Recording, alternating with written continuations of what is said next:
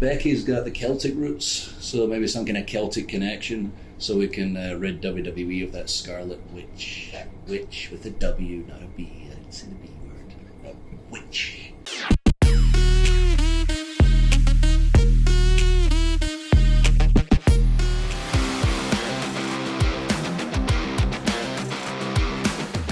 At Sportskeeda Wrestling, we often get overwhelmed with the kind of work we do, all of the wrestling that we cover on a daily basis. But this is a man who lives the schedule. I know he was in the United States, then he went to Europe, then he went to Saudi Arabia, and now he's in India. Yes. In the past week. In the past week. I mean, it's impossible. And we write our articles. This is a man who wrestles wars in cages. I am talking to Drew McIntyre. How are you feeling, and how's the jet lag? I feel surprisingly good. The internet seems to know that I was sick recently, so it wasn't easy traveling all across the world. We're not feeling so good, but I feel great right now. I think it's a combination of adrenaline from my experience in beating Cross in the cage and the fans being so wild and loud on that night, singing the old Drew McIntyre song, and then coming to India for the first time, touching down, and I knew how big the WWE universe was in India, just based on what I see on social media, based on all the love that I received from the Indian fans. But to actually just walk out in the airport and not able to take more than 5 steps without taking a selfie and getting to the hotel, taking pictures left and right, just with members of the public, with the staff, and hearing about their WWE fandom, really has blown my mind. And getting to try some traditional Indian food, obviously from the UK, we love Indian food, but to get to try it in the motherland has been really cool so far, so I can't wait to see what else India has for me. Amazing. Why are you in India? Just to hang out. No, I'm here with WWE. I'm here to hang out and do some cool videos and spend some time at Sony and speak with yourself.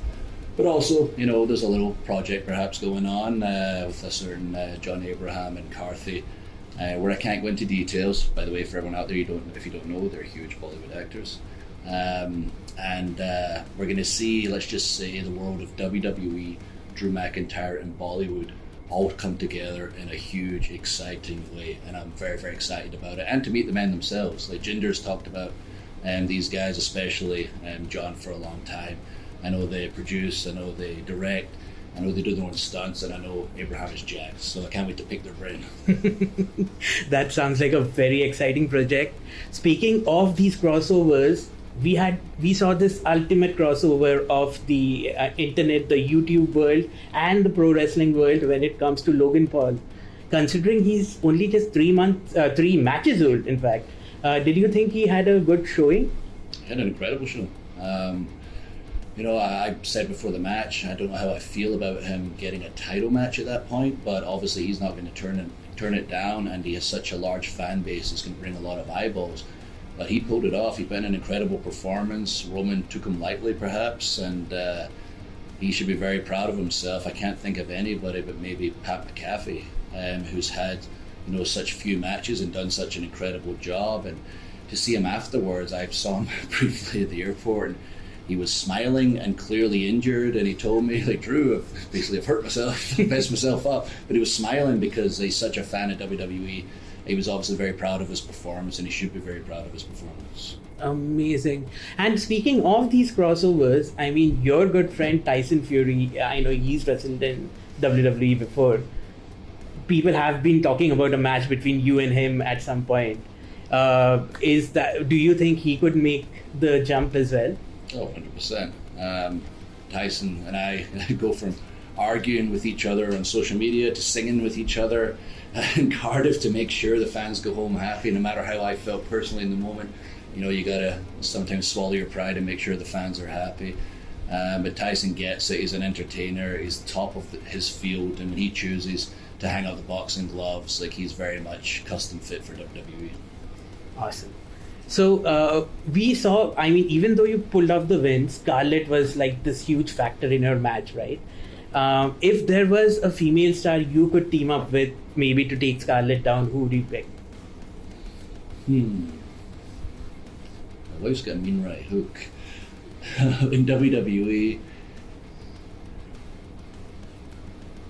Becky's got the Celtic roots, so maybe some kind of Celtic connection, so we can rid WWE of that Scarlet Witch. Witch with a W, not a B. It's a B word. Witch. Awesome.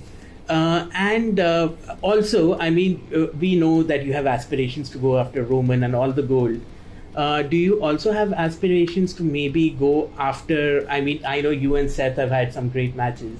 Maybe his title or maybe Gunther. That's a new match that we haven't seen. Would you like that? For sure. With Seth, we have such great history and phenomenal chemistry together. And I've never faced this current version of Seth Rollins, which is very, very interesting. If he keeps wearing those stupid suits, I'll be ripping them off him every single week.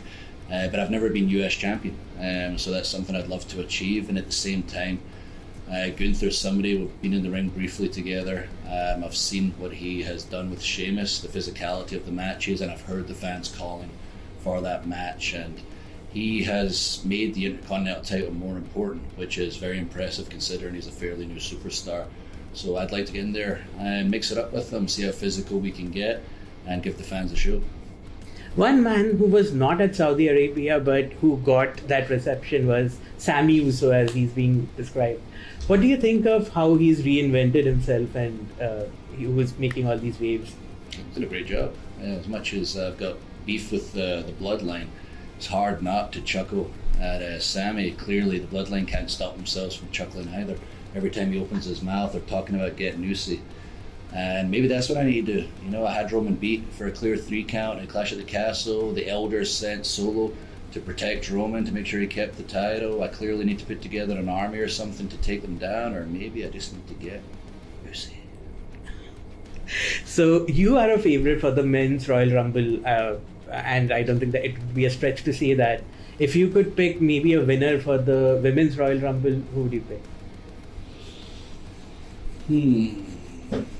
It's hard not to see Rhea right now. She's beaten up most of the guys, and she has been the X factor for the Judgment Day.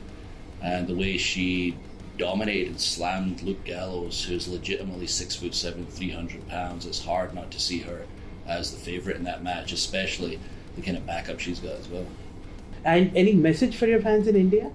Yeah, 100%. Always thank you for being such a supporter of Drew McIntyre, for rallying behind me for so many years. Because you've believed in me, I believe in you all, and I'm going to make you a promise right now.